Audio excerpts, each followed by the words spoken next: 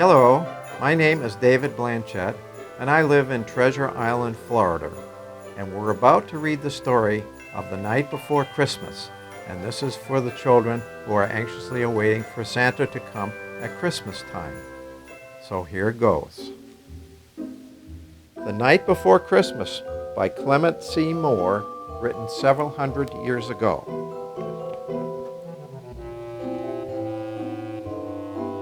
'Twas the night before Christmas, when all through the house not a creature was stirring, not even a mouse. The stockings were hung by the chimney with care, in hopes that St. Nicholas soon would be there.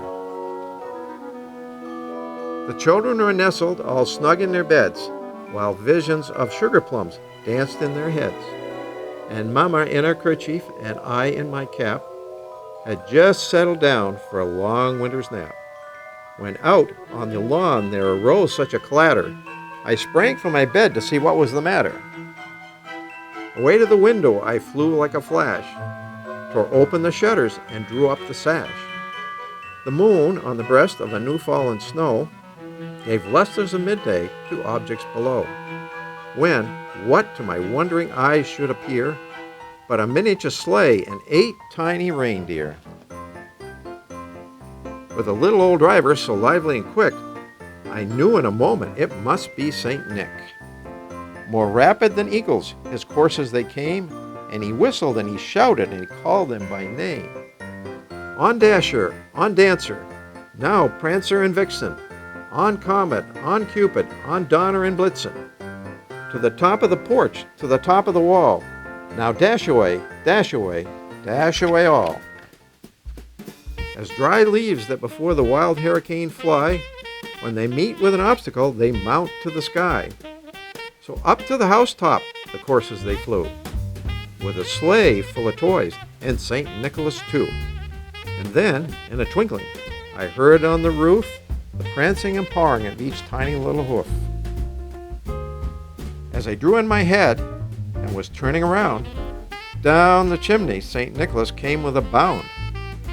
He was dressed all in fur from his head to his foot, and his clothes were all tarnished with ashes and soot. A bundle of toys he had flung on his back, and he looked like a peddler just opening his sack. His eyes, how they twinkled, his dimples, how merry. His cheeks were like roses, his nose like a cherry. His droll little mouth was drawn up like a bow, and the beard of his chin was as white as the snow. He had a broad face and a little round belly. It shook when he laughed like a bowl full of jelly. He was chubby and plump and a right jolly old elf, and I laughed when I saw him in spite of myself. A wink of his eye and a twist of his head soon gave me to know I had nothing to dread. He spoke not a word, but went straight to his work, and filled all the stockings, then turned with a jerk. And laying his finger on the side of his nose, and giving a nod, up the chimney he rose. He sprang to his sleigh, to his team gave a whistle, and away they all flew like the down of a thistle. But I heard him exclaim ere he drove out of sight, "Merry Christmas to all, and to all a good night, and a very Merry Christmas to all of the children awaiting for Santa."